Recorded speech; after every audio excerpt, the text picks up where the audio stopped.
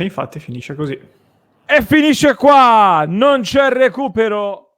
Inter batte Frosinone 5-0, riprende la marcia dopo la battuta a vuoto contro il Sassuolo. Stasera è stata un Inter in versione turnover, sì, ma che ha messo in campo una grande prestazione con un 5-0, Simo, che ci porta tante notizie positive per come è arrivato, per chi è tornato al gol, per chi si è sbloccato. 92 punti, partiamo da qua però, diciamo subito questo, un Inter che fa 92 punti più 67 di differenza reti. Io continuerei a ribadire questi numeri impressionanti di un Inter che con altre 2 giornate da disputare ha già stabilito il secondo miglior punteggio nella propria storia in campionato, può puntare al record di 98 punti. Stasera contro un Frosinone che aveva assolutamente bisogno di punti per la zona salvezza, non ha avuto pietà. Non è stata una partita a ritmi altissimi, ma si vedeva che l'Inter, accelerando un attimino, poteva mettere in grande difficoltà questa difesa. Tra l'altro, per un Frosinone che aveva una partita così importante, mi ha sorpreso anche come dopo 30 secondi è bastato un lancio profondo per mettere Frattesi in area di rigore e l'Inter stava per andare subito in vantaggio. Quindi anche l'approccio del Frosinone non mi è sembrato dei migliori. Campionato falsato, Simo? Ma su questo, guarda, l'ho detto più volte, è una polemica che mi fa solo sorridere, che non raccolgo minimamente. Di certo, se mi immedesimo in Eusebio Di Francesco, un po' di fastidio ce l'ho, nel senso che da un 1-0 così anonimo subito dal Sassuolo ad 1-0 a 5, dove sicuramente gli ultimi 2 gol arrivano anche perché il Frosinone poi si sbilancia, quindi è un risultato forse anche più rotondo di quello che sarebbe dovuto essere, però finisce 0-5 ed è una sconfitta molto pesante. Per il resto è stata una partita sicuramente più godibile in termini proprio di gioco, non solo dell'Inter ma anche del Frosinone. Primo tempo dove il Frosinone ha avuto anche delle occasioni, ha preso una traversa incredibile con Khedira, con un gran destro da dentro l'area di rigore, e poi nella ripresa l'Inter l'ha sistemata e poi nel finale ha dilagato in maniera, ripeto, anche un po' eccessiva per quello che si era visto in campo, però bene così. Abbiamo ancora in ballo tanti record e questo 5-0 ci dà una bella spinta anche per alcuni di questi, quindi prendiamoci anche questo che non è male. Partita che ci ha permesso di vedere un Frattesi, gli si chiedeva di incidere anche dall'inizio, a me è piaciuto, oltre al gol fornisce anche l'assist. Aspettavamo il ritorno a gol di Lautaro Martinez, si è sbloccato finalmente, si è visto che ci teneva, con l'esultanza dopo il gol, si è visto che voleva fortemente segnare. Abbiamo visto il ritorno di Arnautovic al gol, un altro degli uomini più attesi, non una partita per me così positiva in realtà quella di Arnautovic, che ha provato anche qualche preziosismo, qualche tocco di tacco, qualche rabona, si è mosso tanto, poco dialogo con Thuram, ma trova la rete su assist di Frattesi che l'ha messo da solo e davanti al portiere. E arriva anche il gol di Buchanan, Simo, 17° marcatore diverso di quest'Inter in quest'anno, siamo vicini ad un altro record, anche quello dei marcatori differenti. Tanta curiosità per vederlo all'inizio, Inzaghi non lo sceglie, poi all'intervallo sceglie Quadrado anziché lui, lo schiera ancora una volta a sinistra, dalla sinistra fa una cosa che dicevo in live, non vedo, forse ho la memoria difettosa io, ma un'azione così lineare con l'esterno che prende palla, prende campo, anziché tornare indietro, passare, ma punta l'avversario, se la sposta sul piede buono e tira sul secondo palo gol, non la vedevo da davvero tanto tempo. È un'arma in più? Lo sta provando Inzaghi lì per poter avere questa cosa qua? Oppure è ancora una volta un esperimento comunque legato al fatto che a sinistra oggi Carlos Augusto giocava dietro perché Bastoni era in panchina?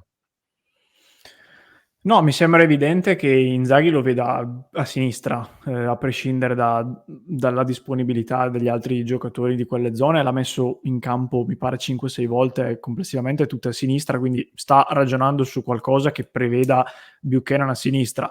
È una novità nel senso che Inzaghi nei suoi 3-5-2 fin dai tempi della Lazio non ha mai messo esterni, quinti di centrocampo a piede invertito, anche perché di solito il lavoro che fanno i suoi quinti è un lavoro diverso, sia quando la squadra è bassa e sta costruendo, sia quando arrivano in zona calda, diciamo. Il gol che fa Buchanan è il tipico gol dell'esterno d'attacco del 4-3-3 o del 4-2-3-1, che punta l'uomo, rientra e calcia, non da esterno del 3-5-2. Non sarebbe la prima volta che Inzaghi fa una rivoluzione dal punto di vista proprio del tattico, mettiamola così, però dopo questo ti limita anche un po' in tutti i compiti che può avere un quinto. Quindi io resto in attesa di capire che cosa ha in mente il mister.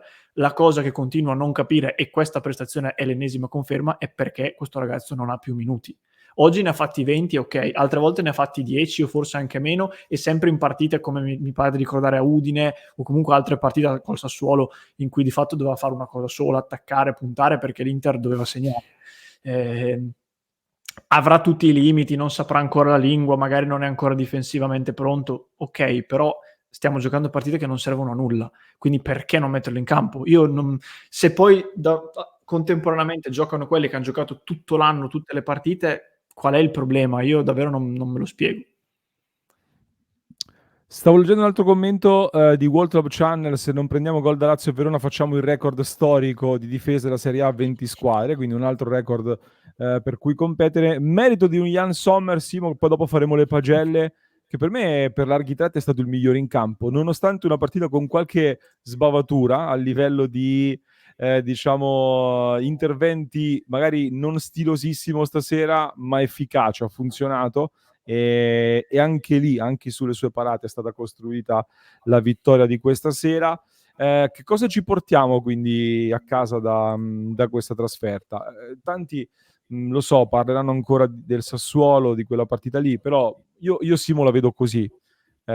Dopo 72 ore di festeggiamenti, torni ad allenarti, avevi fatto tutta la festa post Torino, eccetera, vai ad affrontare una squadra comunque che di livello per me è più forte del Frosinone, a livello proprio di calciatori in rosa, anche con l'assenza di Berardi probabilmente, o comunque no, con l'assenza di Berardi già un po' più equilibrata, però comunque è una squadra che non doveva partire per lottare per non retrocedere come il livello di rosa. Vai a giocare con, inevitabilmente per me quella partita lì era quella in cui avevi il picco più basso di motivazioni, di stimoli e quindi le maggiori difficoltà. Era inevitabile ripartire adesso, perché comunque sei troppo più forte di queste squadre qua. E poi, nonostante lo scudetto vinto, penso che nessuno nell'Inter, tra i giocatori, il tecnico, eccetera, accetti di buon grado 2 sconfitte consecutive, Sì. anche in caso di, appunto, di scudetto vinto. E poi sul discorso del Sassuolo, sembrerà un po' stupido dirlo, ma comunque l'Inter qualcosa col Sassuolo ha, perché se ci ha perso 10 volte in 8 anni, un motivo c'è. Abbiamo perso con le squadre più forti, quelle meno forti, nei momenti in cui eravamo più in forma, in cui eravamo meno in forma, con un tecnico, con un altro. C'è qualcosa di inspiegabile, che come il Real Madrid ce l'ha negli ultimi minuti in Champions League, l'Inter ce l'ha col Sassuolo, evidentemente. Quella gara è stata veramente pessima e sicuramente mi è rimasta un po' lì, perché il Sassuolo comunque, proprio per questi motivi, ci sta abbastanza antipatico. Però va bene, come dicevo l'altra volta, non ne faccio un dramma e oggi siamo ripartiti un bel 5-0. Ripeto, mi spiace solo per Di Francesco, perché immagino che dal suo punto di vista non sia la migliore delle serate, però sono cose che purtroppo succedono. Aveva un po' rosicato già prima della partita, quindi immagino a maggior ragione anche adesso. Ci siamo costruiti un nuovo Gasperini che ce l'avrà con noi a lungo. Altri temi da sottolineare in questa partita, Simo: l'ingresso, la scelta di Quadrado, qualcuno ipotizzava, magari lo vuole valutare anche in ottica permanenza. Oggi ingresso in campo horror, ha praticamente sbagliato tutto.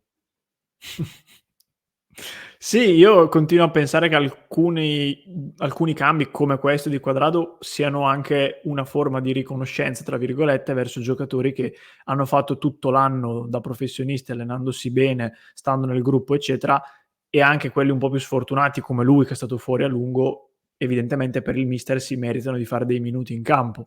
Dopodiché non so se ci stiano pensando, se stiano valutando il suo rinnovo. Di certo c'è che è già entrato più di una volta in queste, da quando è tornato a disposizione.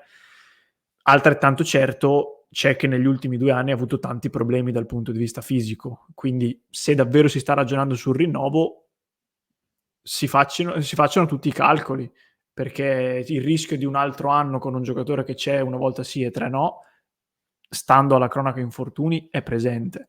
Poi sulla destra c'è da risolvere la questione Dumfries, ci sono tante questioni. Sarebbe un rischio. Io voglio chiudere, Simo, con un'ultima considerazione che prende l'assist dal commento di Franco, che ringraziamo di cuore per il grande supporto. Grazie davvero tantissimo, mitico Franco Marelli, che dice: primo gol di Buchanan, primo di Frattesi da titolare, in gol gli attaccanti Arnautovic, Toro e Thuram. I 92 punti, gli stessi di Conte, furono record quell'anno, e ora solo il Real Madrid li potrebbe superare. Super Inter. Conte 91 però.